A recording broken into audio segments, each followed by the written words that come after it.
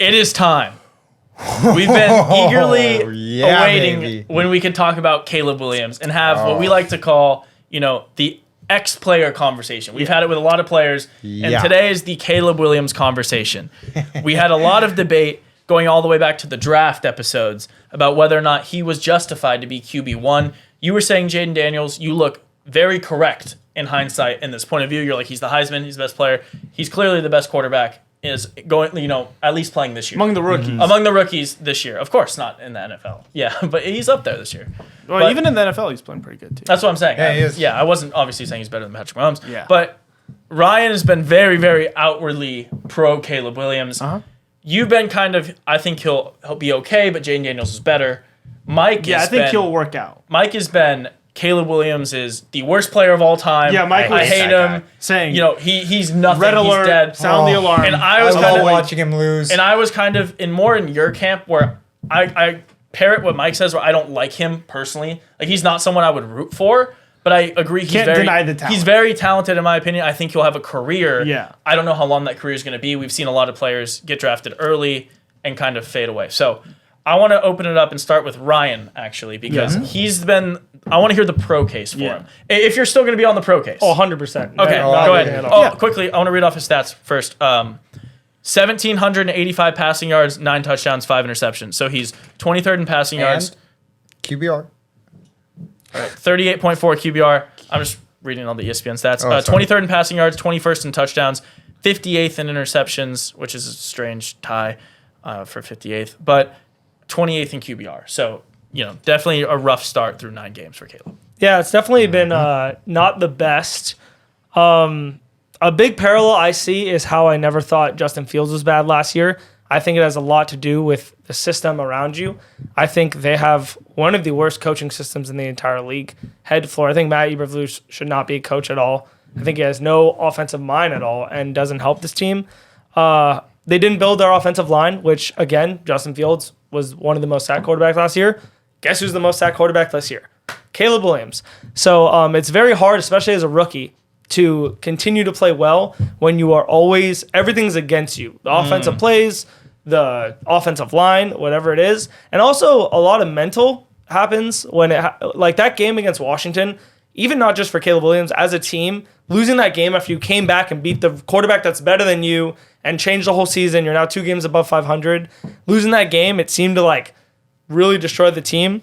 But Caleb, he's really shaped up, in my opinion. I think my biggest thing when I look at a rookie quarterback, don't turn the ball over. Because you're obviously not going to throw for 500 yards. Yeah. You're not going to lead the league in touchdowns. You're not going to do anything special unless you're some miracle team or something winds up for you. And he has 1 pick in the last 6 games after he went 2-2 to start the year on fire. Yeah. So I think he's really turned around that way. I just think this team hasn't given him enough to succeed. And with the fact that he's not playing well, will never pair well. He can't find a rhythm. He can't start anything. It seems like these wide receivers, don't get me started on Roma Dudes. I think it was the worst wide receiver pick of all time. And that's with Quentin Johnson being up there. And he isn't good this year. He scored last week. He's not a 9th overall pick. It was one of the worst. No, I'm talking about Quentin Johnson. Oh, no, Quentin Johnson. Yeah. He's my fantasy. He's still there. Yeah. Shout out Tyler. Shout out my boys. Friend of the pod. But yeah, Caleb has not looked the way I thought he's going to be. But again, if you look at the rookies, Bo Nix, I think, is 10-6. Daniels is 9-2. Caleb is 9-5. And so all of them touchdown. Obviously, none of them all of them are around the same, except Daniels doesn't throw picks, which is huge.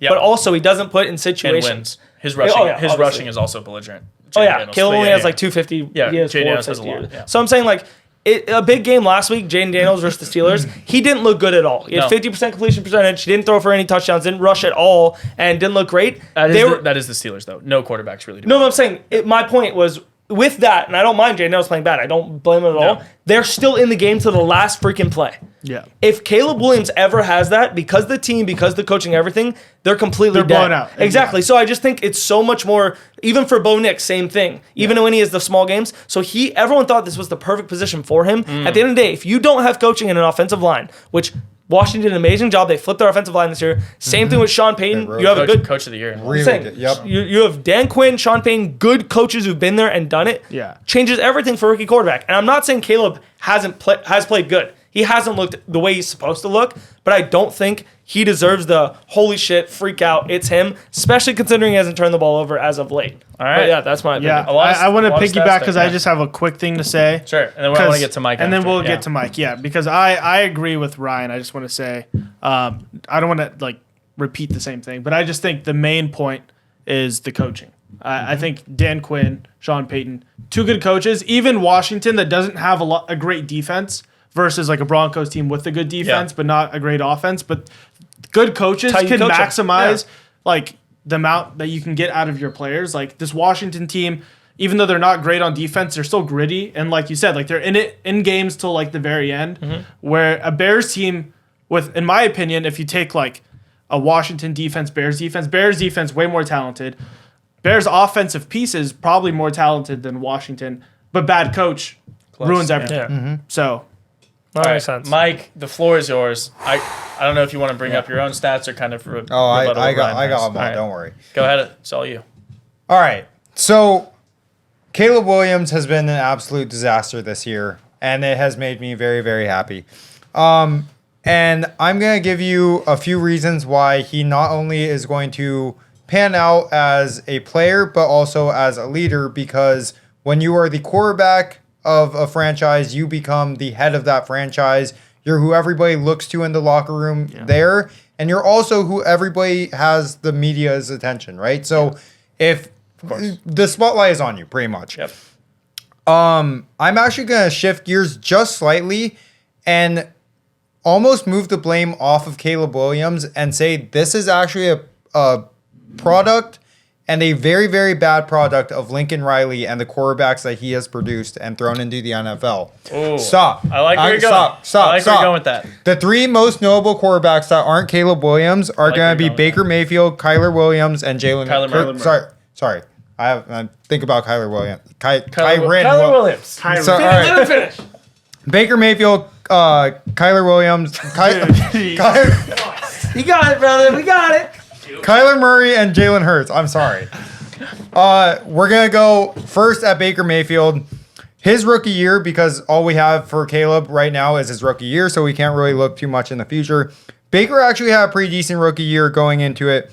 Really good. He threw for 3,700 yards, 27 touchdowns, and 14 Did they make interceptions. the playoffs? He did make the playoffs, and then after that year, he went 3 years kind of misery, Yeah. and then Deshaun, Browns. and then Yeah, we know got what replaced by happened. Deshaun, Baker whatever. Went crazy.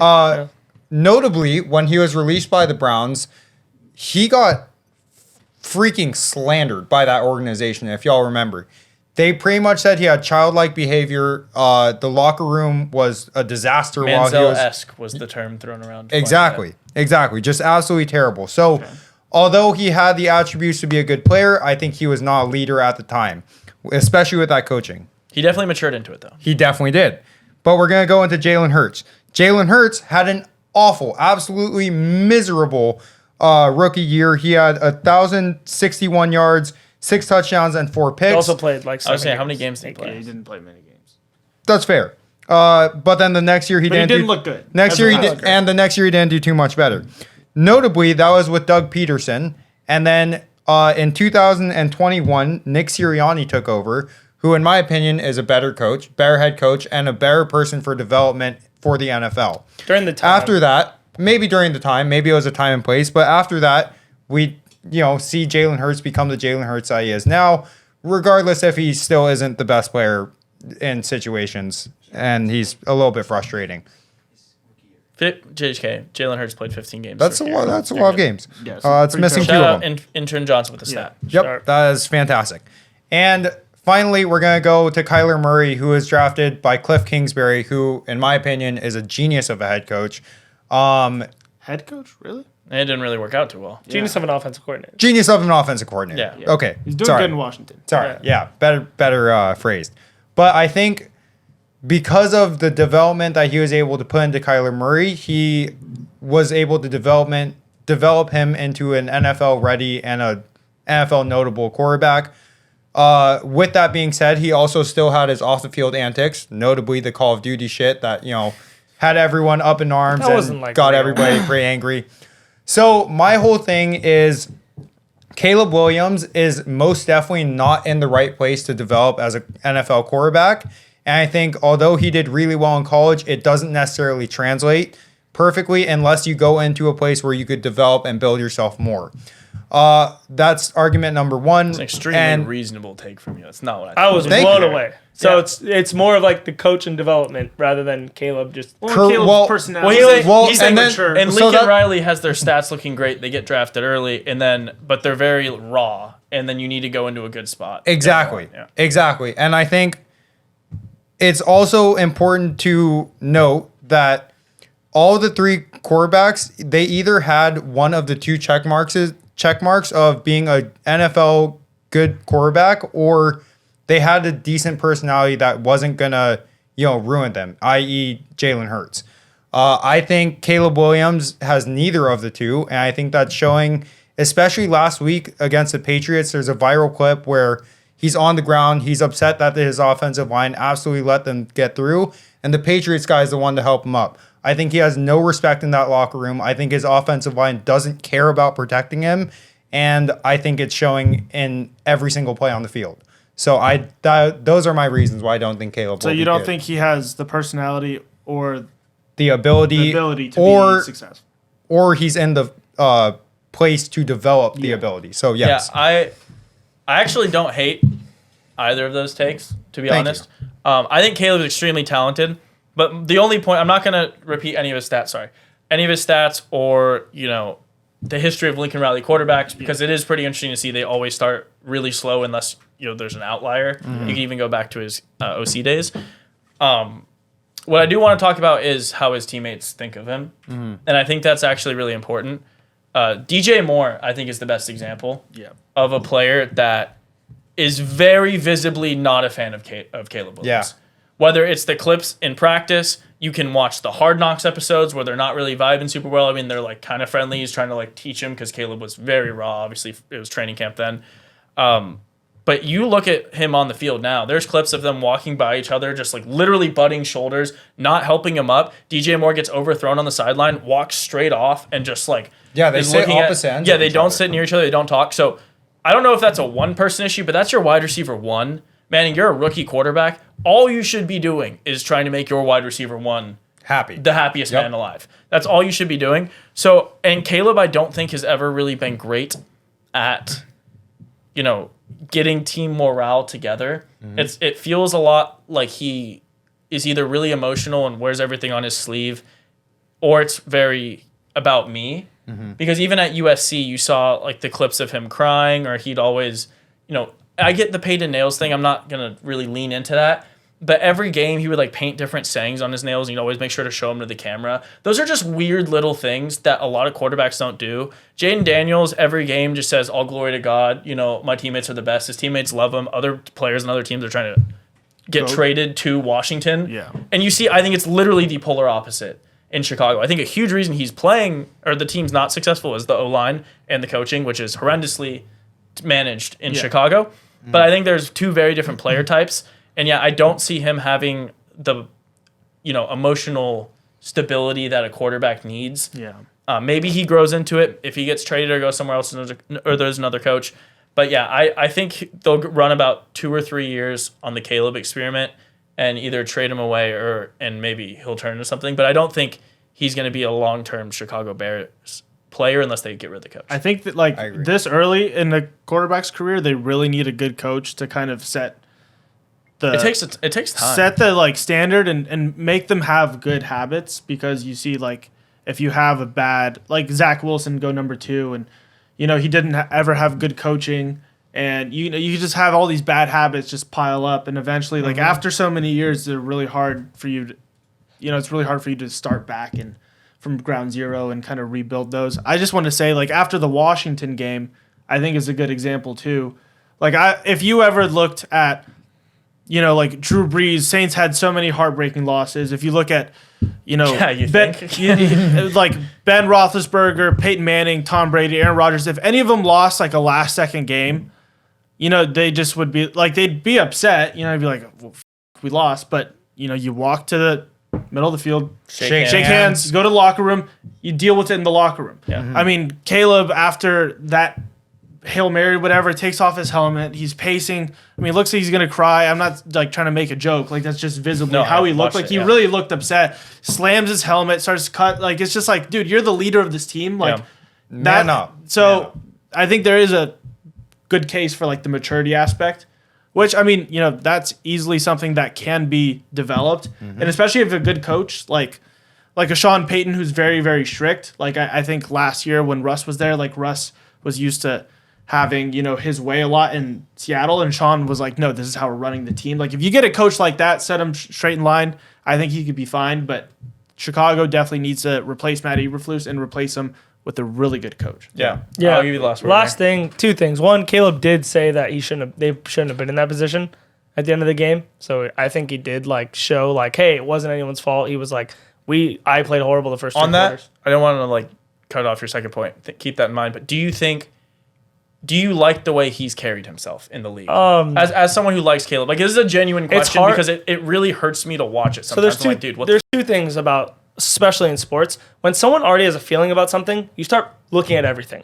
And also when the team's losing, you start looking at everything someone does. If he never cried or painted his nails, you guys would have zero thing against Caleb Williams. That's not true. I disagree. He dressed up in a dress in the. I'm saying besides off the field, if he just was didn't do any of the shit. If he wasn't himself, yes. I'm saying so. My thing, the slamming the helmet thing doesn't matter who it is. I'd have an issue with it. If Derek Carr did that, I'd be like, fuck Derek Carr. I already am like that. To be fair, I was gonna say you're already like. But Derek Carr. Yeah. Even if that was game 1 of the season, I don't want my quarterback slamming his head, throw a tantrum. Emotional quarterbacks usually don't do well. If it's a wide receiver, I don't care because all wide receivers are divas. But when that's my leader of the team, Yep. and I watched the clip and he was like he says the right things in the press room. He's like, hey, he's trying to be a leader. I'm not saying he's not trying to be, but there's just growing up that needs to take place. I agree. Sorry. My second point, the whole DJ Moore thing, which really makes me frustrated, is the fact I know you're trying to say as a quarterback you're trying to get your wide receiver one in line. DJ Moore a little bit. Thank you, because DJ Moore literally 2.5 weeks before the draft was only talking about wanting Justin Fields still there, not wanting Caleb there. They are best friends. Yeah. As soon as you get that in your feelings and just That's you a get fair that take. feel away, Yeah. you just get murdered. And Never even tried to build a it just relationship. never That's a fair felt take. to. It never. I agree. Never felt like they try to get something going, and then all of a sudden, if you're wide receiver one that you're throwing to is all of a sudden you don't have a connection with them, you're screwed. Do you think it had to do with him getting paid as well? Because I think they paid DJ Moore a lot of money guaranteed, and he is best friends with Justin Fields, so he already has his check. Probably doesn't think they're going to go win a Super Bowl with a rookie quarterback. So do you think he's trying to make a statement I don't hey, know. we should go get my boy back or something? I have no idea what it is, but it's just worrisome because it's hey, you need that person. And I wish, honestly, if DJ Moore wasn't there, maybe Keenan Allen, because Keenan Allen's a great guy. He's a great quarterback guy. He stays connected, practices with them. Keenan hasn't helped him mature a little. And I think it's hard when you're losing and not playing well. And the offense, obviously, we might see it all in Caleb Williams. These players might just hate their offensive coordinator. They might not like their coaching right now. So it could be a lot of things we don't know. Obviously, we're not there. I mean, It's hard. When you're losing, it's easy to just find something to point. But I agree. Yeah. At the end of the day, Caleb Williams can sit there, go to the middle of the field, shake his hand, and that would change everyone's aspect on him, and maybe will the team over on these games to start winning games. But right now, I mean, they're 4-5. They're one game under 500. As a rookie season, that's not terrible at all. Yeah. You could have been 5-4 if one miraculous play didn't happen. And maybe that wouldn't have sparked 3 losses in a row. So bounce back. You have to win a couple tough games. You're going to play the NFC North. It's not looking great for you. Yeah. But Caleb needs to perform better. He needs to prove everyone wrong. At the end of the day, people can hate you. Your offense could be terrible. Your coach could be terrible. Play better. He could play better in certain spots. He'll play better. You're right. And really quick, just to bring it up, since you brought up something of DJ Moore's past, if you remember, Caleb Williams, although he took it back, he said that he would pretty much stay another year in college so that he doesn't have to play for the Bears, which is actually the start of my hatred for Caleb Williams. And it is the most abhorrent thing you could ever say. No quarterback, I think, in history, especially one who is, a league leader in anything, or especially a team leader. Eli. It's almost Eli Manning. what? Eli Manning did that. Yeah. He said that, and then A lot of He did it. Good amount I mean, I think it's a Him different. and Phillip Rivers. Dion and Shador did the same thing. It's also different to say it and do it versus say it and not do it and then go Also, to that you team have to and do then the play whole for that team. you have to do the You know whole what I'm saying? context behind it. He was also saying it with Justin Fields there if he got paid. Yeah. It was also like the idea like I don't Yeah. want to be a backup. I feel as if, which is still I agree with you, is still diva like. Yeah. But there's a lot of context to it, and I mean I see your points on Caleb. I just think he's still going to be a very talented quarterback. It's also Fair. one thing, just to close, I didn't bring this up, but I do want to say it. USC quarterbacks in the NFL are awful. They're never good. They're not. Carson Palmer's the last good one. Did Sam And Darnold even- go to USC? Yeah. Yeah, I mean, I mean, what are we? he's had 5 games, 6 games. He had a 5-game stretch. I was gonna say, well, I think the jury. Well, that's how I see Baker Mayfield, how he didn't have 4 good years of getting screwed Okay. over, and then What- finally got an opportunity you with a can good put coach. Sam Darnold aside. I wouldn't consider Sam Darnold, Oh, no, I see. a real I see what you're success saying. story at the see what number you're 2 saying. overall pick. I'm just saying USC quarterbacks in general Yeah. not good in the NFL. Yeah. And there's a lot of them that get drafted. Yeah. A lot of Consistently. Yes, they get drafted Just and they 'cause don't it's pan California. out. So yeah, I don't know what it is, but I just wanted to throw that out there. Sam Maybe it's something in the Bradford, water Matt being in Leinart. LA as like the star of the show at a huge private school in at Los Angeles. That gets in your head and doesn't possibly. translate Well, to going you to also want Chicago an to play offense football. that scores 1.5 trillion points. Yeah, I mean, not all. Every school, pretty much. Yeah, it's Yeah, true. you know, That's Pac-12. good. But Good point. there you have it. Let us know in the comments what you Wow. think about. What do you Caleb think, Williams. boys? Yeah, we had. God, I hate him. Everyone was definitely passionate on that.